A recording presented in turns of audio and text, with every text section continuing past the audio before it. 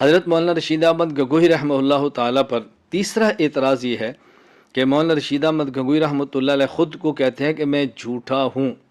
جو شخص جھوٹا ہو وہ قوم کا مقتدی کیسے ہے، رہنما کیسے ہے، دارالعلوم دیوبند جیسے اتنے بڑے ادارے کا سرپرست کیسے ہے؟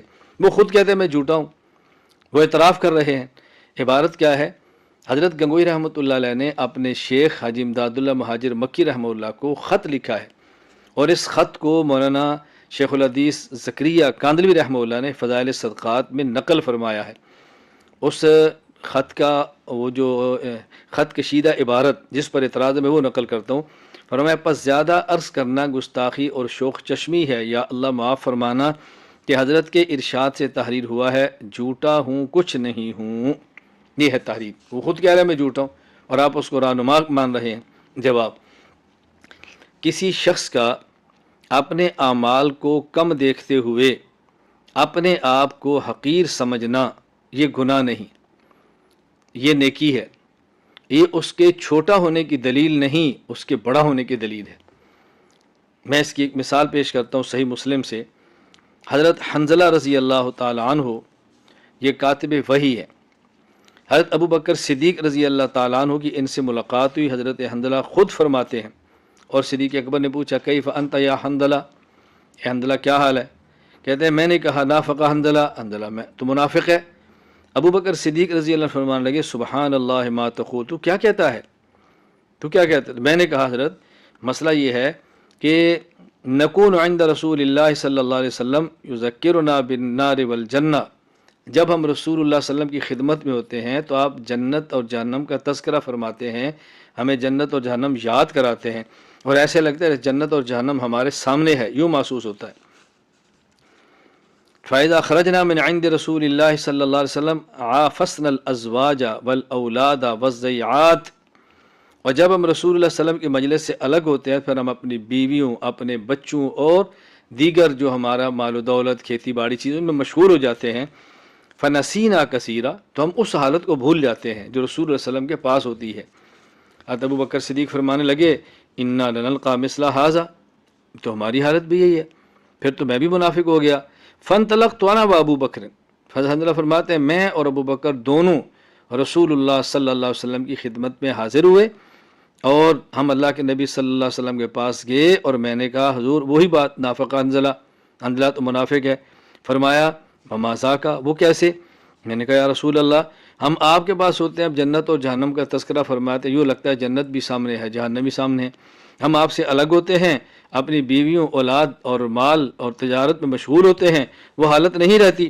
نبی کریم صلی اللہ علیہ وسلم نے ارشاد فرمایا والذی نفسی بیدہ لو، اللہ اکبر، والذی نفسی بیدہ ان لو تدومون علی ما تکونون عندی وفی الذکر لصافحتکم الملائکۃ علی فرشکم وفی طرقکم ولکن یا حنظلہ ساعۃ وساعۃ ثلاث مرات، ولیکن یا حنظلہ ساعۃ وساعۃ ثلاث مرات، ولیکن، یہ اللہ کے نبی نے 3 بار یہ جملہ فرمایا، ولیکن یا حنظلہ ساعۃ وساعۃ۔ رسول اللہ صلی اللہ علیہ وسلم نے فرمایا قسم اس ذات کی جس کے قبضہ قدرت میں میری جان ہے، اگر تمہاری وہی حالت بعد میں رہے جو میرے پاس ہے، وہی حالت گھر میں رہے جو ذکر کے وقت ہوتی ہے، تو پھر تم سے فرشتے تمہارے بستروں پر اور بازاروں میں تمہارے ساتھ مصافحہ کریں۔ لیکن حنظلہ ایسی بات نہیں، انسان پر کبھی کوئی وقت ہوتا ہے، کبھی کوئی وقت ہوتا ہے، کبھی کوئی وقت ہوتا ہے، کبھی کوئی وقت ہوتا ہے، کبھی کوئی وقت ہوتا ہے، کبھی کوئی وقت ہوتا ہے۔ تو حضرت پاک صلی اللہ علیہ وسلم نے 3 بار یہ جملہ ارشاد فرمایا ولیکن یا حنظلہ ساعۃ وساعۃ، ولیکن یا حنظلہ ساعۃ وساعۃ، ولیکن یا حنظلہ ساعۃ وساعۃ۔ اللہ اکبر، کیسے آپ نے بات سمجھائی۔ اب دیکھو حضرت ابو بکر صدیق رضی اللہ تعالیٰ عنہ، حضرت حنظلہ رضی اللہ تعالیٰ عنہ یہ خود کو منافق کہہ رہے ہیں، اللہ کے نبی ان کو مومن فرما رہے ہیں۔ کیا مطلب؟ ان حضرات کا مقام اتنا اونچا تھا کہ انہوں نے کیفیت کی تبدیلی کو نفاق سمجھ لیا کہ رسول اللہ صلی اللہ علیہ وسلم کی صحبت میں ہے کیفیت اور ہے، بیوی بچوں کے پاس ہے کیفیت اور ہے، تو یہ نفاق ہے۔ اتنے بڑے آدمی تھے کہ معمولی سی حالت کی تبدیلی کو بھی منافقت کہہ دیا۔ اللہ کے نبی نے فرمایا نہیں نہیں، یہ تو عین نفاق ہے، یہ تو عین نفاق ہے۔ اللہ اکبر، یہ تو عین نفاق۔ فرمایا تم فرشتے نہیں ہو، تم امتی بشر ہو، فرشتے تم تھوڑا ہی ہو کہ تمہاری حالت یکساں رہے۔ یہاں بات سمجھیں، ایک ایمان نبی کا ہے جس کی کیفیت مسلسل بڑھتی ہے، اوپر جاتی ہے، اس میں اضافہ ہوتا ہے۔ ایک ایمان فرشتہ کا ہے جس کی کیفیت ایک جگہ پہ رہتی ہے، نہ بڑھتی ہے نہ کم ہوتی ہے۔ اور ایک کیفیت امتی بشر کی ہے جس کے ایمان کی کیفیت کبھی اوپر جاتی ہے، کبھی نیچے جاتی ہے، کبھی بڑھتی ہے، کبھی کم ہوتی ہے۔ اچھی حالت میں ہے، مجلس میں ہے تو کیفیت اور ہے، کچھ دوسری مجلس میں ہے کیفیت اور ہے، مسجد میں ہے کیفیت اور ہے، بازار میں ہے تو اور ہے، ذکر کی مجلس میں ہے تو اور ہے، دوستوں میں ہے تو اور ہے۔ یہ بات اچھی طرح سے نشین فرما لیں۔ اس لیے میں یہاں کہا کرتا ہوں کہ اہدنا الصراط المستقیم، یہ دعا نبی بھی مانگتے ہیں، یہ دعا مومن بھی مانگتا ہے، یہ دعا کافر بھی مانگتا ہے، لیکن ہر ایک جب دعا مانگتا ہے تو معنی الگ ہے۔ جب کافر کہے اہدنا الصراط المستقیم، اس کا معنی ہے لقاء عطاء ہدایت، اے اللہ مجھے ہدایت عطا فرما۔ اور جب نبی کہتا ہے اہدنا الصراط المستقیم، اس کا معنی ارتقاء ہدایت، اے اللہ مجھے مزید ترقیات عطا فرما۔ اور جب مومن کہتے ہیں اہدنا الصراط المستقیم تو اس کا معنی ہوتا ہے بقاء ہدایت، اے اللہ جو تم نے ہدایت دی ہے اس پر باقی رکھ۔ معنی الگ الگ ہے تینوں کا۔ یہاں بات سمجھیں، حضرت مولانا رشید احمد گنگوئی رحمۃ اللہ علیہ کا مقام اور مرتبہ کتنا بلند ہے۔ حضرت فرما رہے ہیں کہ عالم ارواح میں اللہ نے پوچھا الستو بربکم، کیا میں تمہارا رب نہیں ہوں؟ ہم نے کہا بلا، آپ ہمارے رب ہیں۔ تو عالم ارواح میں عہد الستو میں ہم نے اللہ کی ربوبیت کا اعتراف کیا ہے، اور دنیا میں جیسے ہم بھول گئے ہیں، یوں لگتا ہے کہ بھول گئے ہیں، گناہ بھی کر رہے ہیں، برائیاں بھی ہو رہی ہیں، تو بس یوں لگتا ہے جیسے ہم نے وہاں جھوٹ بولا تھا۔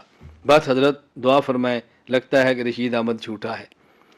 تو اگر ابو بکر اور حنظلہ رضی اللہ عنہما اپنی ایمانی ترقی کی بنیاد پر اپنے مقام و مرتبہ کے لحاظ سے تبدیلی کیفیت کو نفاق فرما دے تو اعتراض نہیں ہے، تو مولانا رشید احمد گنگوئی رحمۃ اللہ علیہ اپنے مقام و مرتبہ کے اعتبار سے اگر اس تبدیلی کیفیت کو جھوٹ کہہ دیں تو اعتراض نہیں ہے۔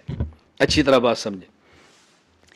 حضرت مولانا رشید احمد گنگوہی رحمہ اللہ تعالیٰ کی ذات پر چوتھا اعتراض یہ ہے، وہ بظاہر ان کے یہاں بہت وزنی ہے۔ وہ کیا؟ حضرت شیخ الحدیث مولانا زکریا رحمۃ اللہ علیہ نے فضائل صدقات میں مولانا رشید احمد گنگوئی رحمۃ اللہ علیہ کا خط نقل کیا ہے، جو آپ اپنے شیخ اور مرشد حاجی امداد اللہ مہاجر مکی رحمہ اللہ کا لکھا تھا، اور اس میں جو حضرت مولانا زکریا رحمہ اللہ نے الفاظ نقل کیے ہیں وہ یہ ہیں: تیرا ہی ذل ہے، تیرا ہی وجود ہے، میں کیا ہوں کچھ نہیں ہوں، اور وہ جو میں ہے اور وہ جو میں ہوں وہ تو ہے، اور میں اور تو خود شرک در شرک ہے، الیاذ باللہ۔ اب کہتے ہیں مولانا رشید احمد گنگوہی کہتے ہیں اور وہ جو میں ہوں وہ تو ہے، اپنی ذات کو خدا کہہ رہے ہیں، اور میں اور تو خود شرک در شرک ہے۔ اللہ کی ذات کو اپنی ذات کہہ رہے ہیں، اپنی ذات کو اللہ کی ذات کہہ رہے ہیں، یہ تو شرک ہے۔ اور مشرک آدمی کیسے مقتدا ہو سکتا ہے؟ تو دارالعلوم دیوبند کا پہلا سرپرست ہی مشرک ہے، یہ کیا توحید و سنت کا کام کریں گے؟ اچھی طرح بات سے نشین فرما لیں۔ حضرت مولانا رشید احمد گنگوہی رحمہ اللہ کی جو عبارت ہے فصل خط، وہ ہے مکاتیب رشیدیہ میں، وہ مکاتیب رشیدیہ سے نقل ہو کر آئے فضائل صدقات میں، اور اس نقل خط میں کاتب سے غلطی ہوئی ہے۔ مولانا رشید احمد گنگوئی رحمۃ اللہ علیہ کی جو فتاوی رشیدیہ کی مکاتیب رشیدیہ کی عبارت ہے، اس میں عبارت یوں ہے، اچھی طرح سمجھ لیں: تیرا ہی ذل ہے، تیرا ہی وجود ہے، میں کیا کہوں کچھ نہیں ہوں، اور وہ جو میں ہے وہ تو ہے، اور وہ جو میں ہے وہ تو ہے۔ اصل عبارت اور وہ جو میں ہے فضائل صدقات میں چھپ گئی، اور وہ جو میں ہوں وہاں لکھا، اور وہ جو میں ہے وہ تو ہے، فضائل صدقات میں تو زبر کی جگہ پر پیش لگ گیا، وہ تو ہے آگے ہے، اور میں اور تو خود شرک در شرک۔ حضرت فرما رہے ہیں، قرآن کریم کہتا ہے فرأیت من اتخذ الہہ ہوا، اتباع خواہش کو تم نے اتباع خواہش کرتے ہو، تم نے خواہش کو خدا بنا رکھا ہے، گویا اتباع خواہش ایک قسم کا شرک ہے۔ اور حدیث پاک میں رسول اللہ صلی اللہ علیہ وسلم نے ریا کو شرک اصغر فرمایا ہے، ریا کو شرک اصغر فرمایا ہے۔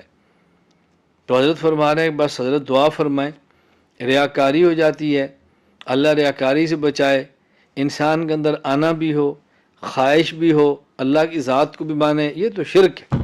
پھر دعا فرمائے کہ اللہ تعالیٰ مجھے اسے محفوظ رکھے۔ مولانا رشید احمد گنگوئی رحمہ اللہ تعالی یہ شرک کے مرتکب نہیں تھے، اللہ اکبر، شرک کے مرتکب نہیں تھے، بلکہ حضرت رحمہ اللہ تعالی احیاء سنت میں لگے تھے، اور دل کی کیفیت اتنی عجیب تھی کہ اسی خط میں خود فرمایا آپ کی کیفیت کیا ہے، توازن یہ بات فرمائی ہے، عاجزی کے طور فرمائی ہے، اپنے شیخ سے دعا کے لیے کہا ہے کہ دعا کریں اللہ تعالی مجھے ریاکاری سے محفوظ فرمائے۔ بھجنا جو حضرت کی کیفیت تھی، حضرت کس قدر بلند پایا انسان تھے، حضرت رحمۃ اللہ علیہ نے عجیب بات فرمائی ہے، فرمایا میں پورا خط مکاتب رشیدیہ کا نقل کر دیتا ہوں۔ عرض داشت از حضرت قطب العالم مولانا گنگوہی قدس سرہ بخدمت مرشد برحق قدوۃ الواصلین اعلیٰ حضرت حاجی صاحب قدس سرہ۔ اب ذرا سنیں، فرمایا حضور نے بندہ نالائق کے حالات سے استفطار فرمایا ہے، میرے ماورائے دارین اس ناقص کے کیا حالات اور کس درجہ کی کوئی خوبی ہے جو آفتاب کمالات کے روبرو عرض کروں، بخدا سخت شرمندہ ہوں، کچھ نہیں ہوں مگر جو ارشاد حضرت ہوا تو کیا کروں، بنا چارے کچھ لکھنا پڑتا ہے۔ حضرت مرشد من علم ظاہری کا تو یہ حال ہے کہ آپ کی خدمت سے دور ہوئے غالباً عرصہ 7 سال سے کچھ زیادہ ہوا ہے۔ اس سال تک 200 سے چند عدد زیادہ آدمی سند حدیث حاصل کر کے گئے، اور اکثر ان میں وہ ہیں کہ انہوں نے درس جاری کیا اور سنت کے حیا میں سرگرم ہوئے، اور اشاعت دین ان سے ہوئی، اور اس شرف سے زیادہ کوئی شرف نہیں اگر قبول ہو جاوے۔